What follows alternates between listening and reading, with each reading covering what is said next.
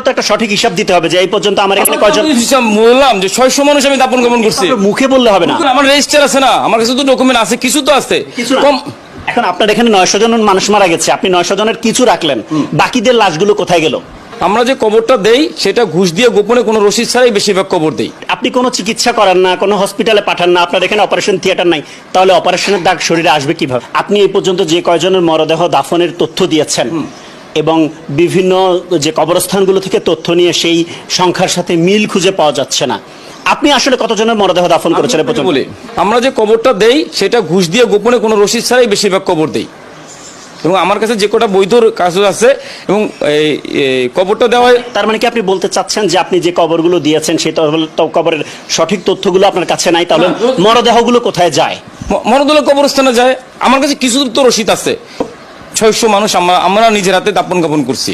কোথায় দাফন করেছেন সেই মরদেহ?